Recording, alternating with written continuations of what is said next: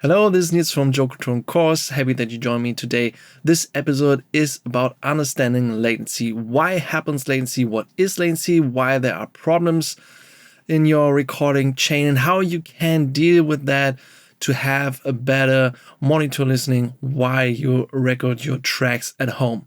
So let's start with the first one, and this is the problem of latency. When latency happens in your recording chain, it makes playing or singing in time very hard because you probably hear an echo or some frequency shifting and maybe some doubling effect. And that is the problem because then you are not in time. Your recordings get out of sync with the playback and you feel not tight when you sing, when you play.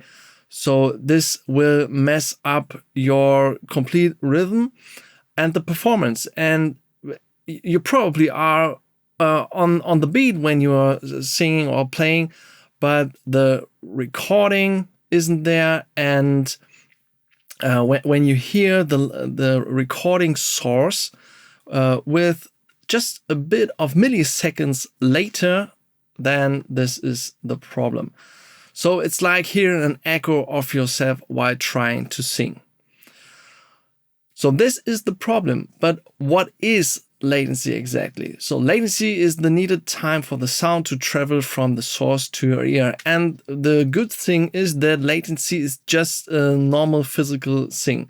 So if you are standing 1 meter from a speaker, let's say you play the guitar through an amp and stand 1 meter beside your amp, and you hear the live playing that happens when the sound from the speaker reach your ear, and it took 3 milliseconds of delay. So this isn't just a problem because this is a normal hearing for us.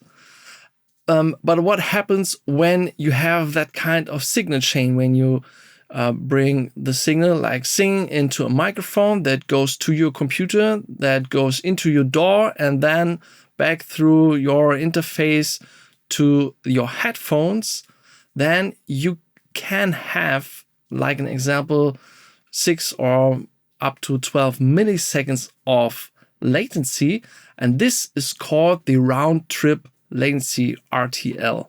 And you may heard of that or read from that when you compare interfaces and you read there about the round trip latency. But the round trip latency is a game of the whole chain together. So your interface, your computer, the DAW, and all of that. It's the time the signal needs to travel from the microphone through the interface, through the computer, through the DAW, back to the interface and back to your headphones. So the whole round, and that is called round trip latency. So here's my personal preference about latency, how it is good or how it is bad, what time or how many milliseconds are a problem. So I was fine with up to 10 milliseconds of delay when I start recording.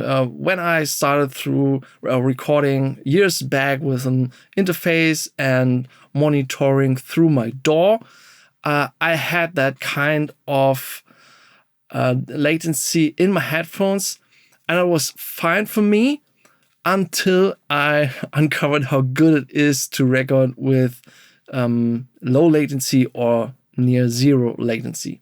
Because from my first recording days, I record through an analog board and I know how it is to have zero latency. So up to 10 milliseconds was good for me, it was doable, but to have lower is even better. And the second present preference or an example is recording a guitar with a speaker sound. So versus a headphone sound. When you record a guitar, and maybe you do it without an amp, so direct into your interface with some plugins on the track, and you hear that right from your speaker, that might be fine. But I know my songwriting partner who needs to record through headphones to play it a bit more tighter, and that the result is not so so big when you compare that, but the feeling for him is better when he listen while recording the guitar sound through the headphones, because it is just a tiny bit faster. And that might not be, for me, it doesn't make a difference. I can play through the monitoring sound from monitoring speakers, but you just have to try what works for you better. So what impacts the latency? A is the point where you listen back your live signal. Do you listen before your interface, so through an analog board, or do you listen through your interface when that have a mixer before the digital conversion, so before it reach even your computer? Or does this interface have an DSP monitoring system? Or do you listen through the whole recording chain when it comes back from your DAW?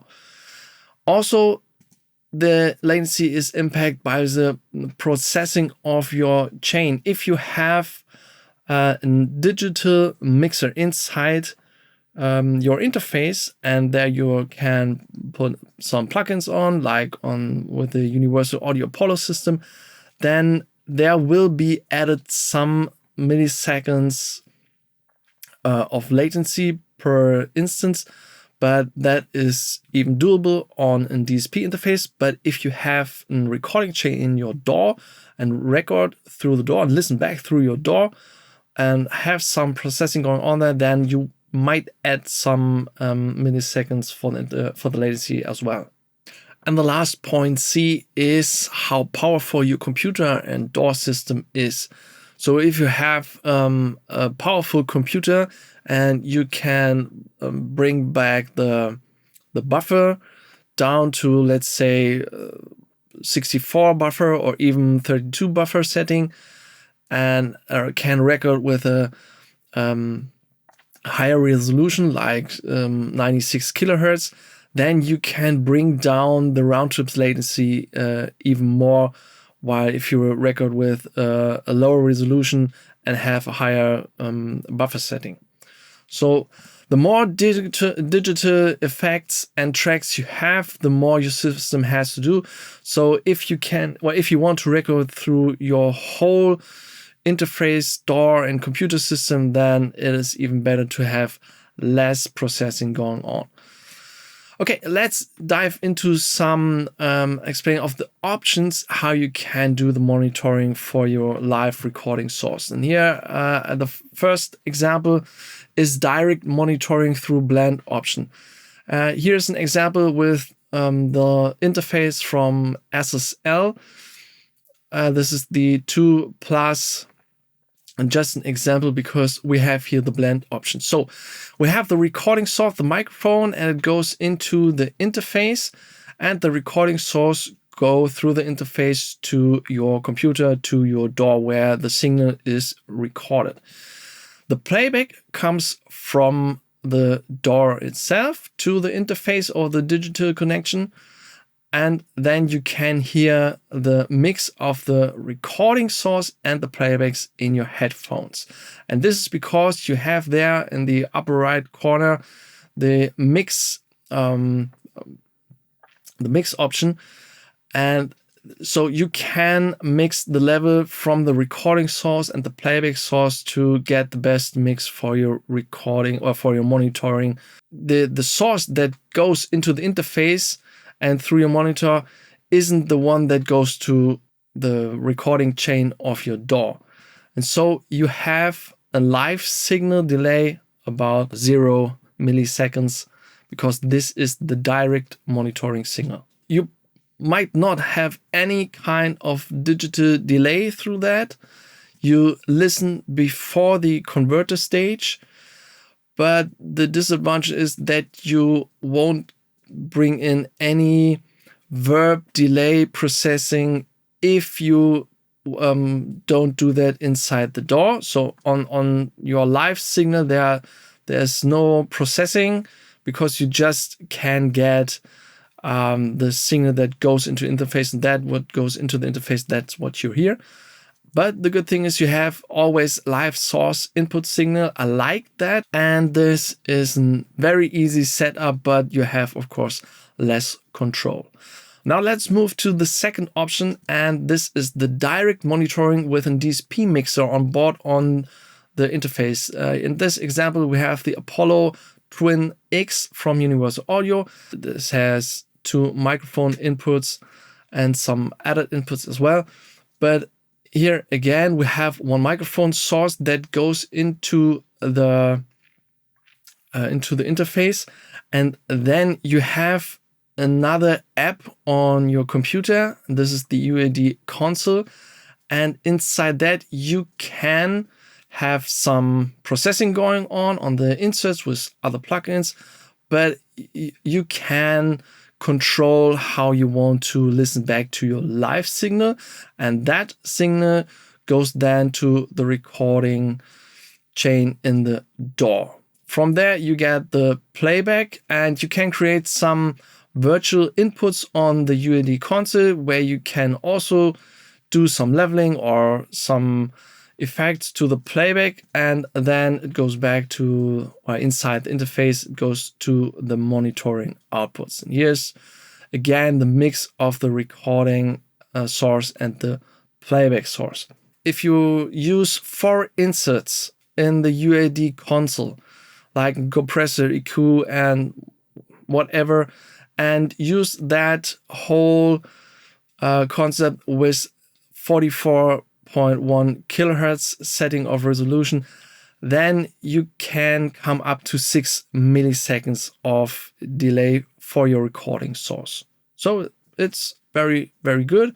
You can even go down to around 2 milliseconds. So there's near zero delay, I would call that, because you might not feel that there's any kind of latency or delay in your live source.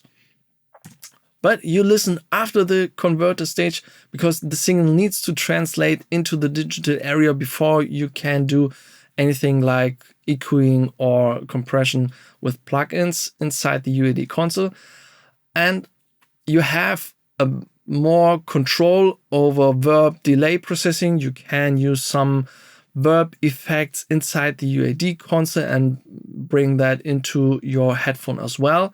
And that doesn't leave your interface, and there's nothing to do on the DAW side. So all happens on the interface itself.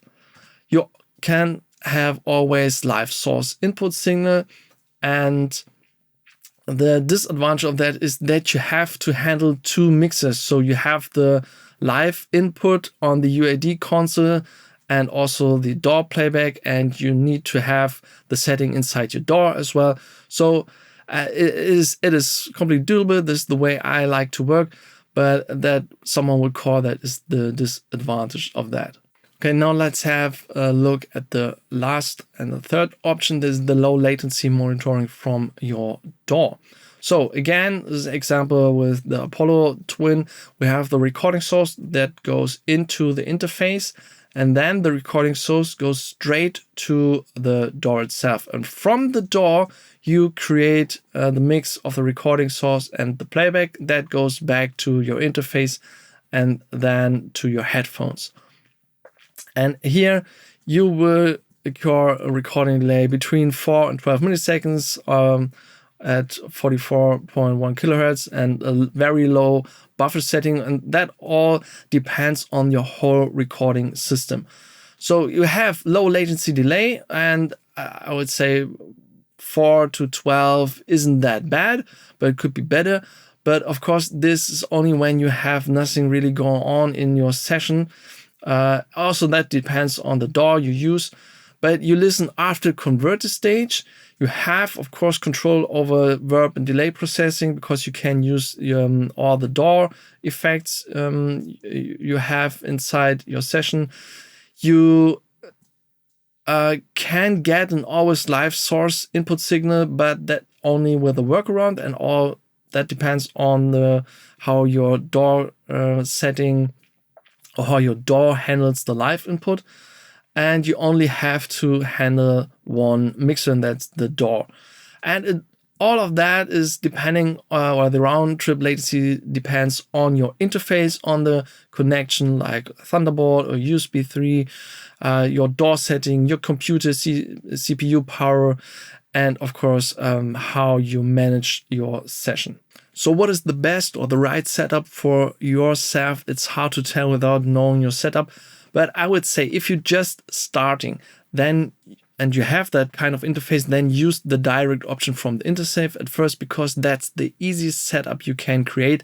Just pull up the level from your recording source into your headphone and mix the playback from the DAW, and then you have a good feeling inside your headphones without doing anything.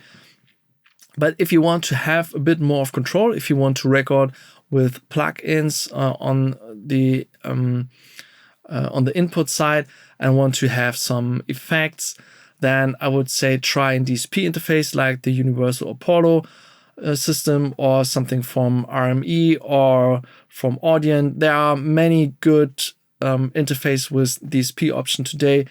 I think that's very good setup. I like that. I use that inside my own studio.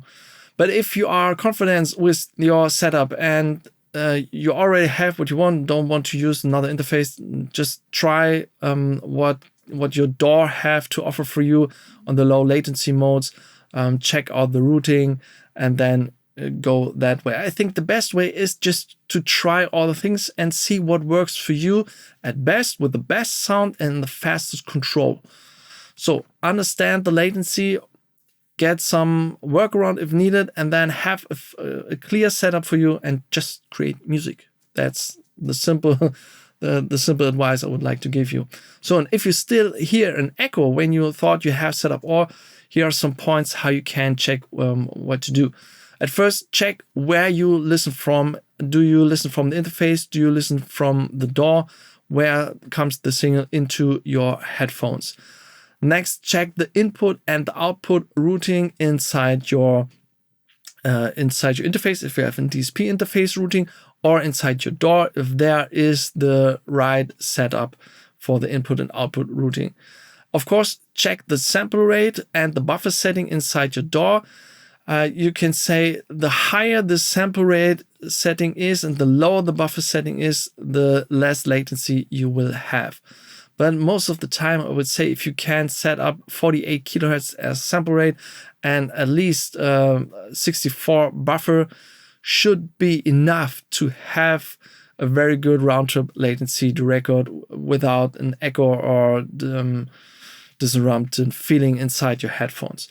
And of course, check the setting of your recording channel. If you have some plugins that cause some additional delay, so then you might deactivate it if you hear your playbacks, your recording source through your DAW recording channel. So that's for today for the latency. If you like to get more about how you can set up your first home studio, I have created just a free guide, a free gear list sheet for you. There are my recommendations about microphones, about interface to use, about the DAW you can use, monitor speakers, headphones, and much more. This is all recommendation from my side without any affiliate on. I don't work for any company or have any promotion deals. This is just the setup that works even on a small or just a bit bigger budget. If you want to start your recording journey at home, this is just not just a list of the gear. So I bring in some info, my personal notes. So just check that out. You can get that at jokertonecourse.com/gearlist. So thank you for your time for today. I hope you join me in the next episode. So make great music, have a good day, and bye-bye.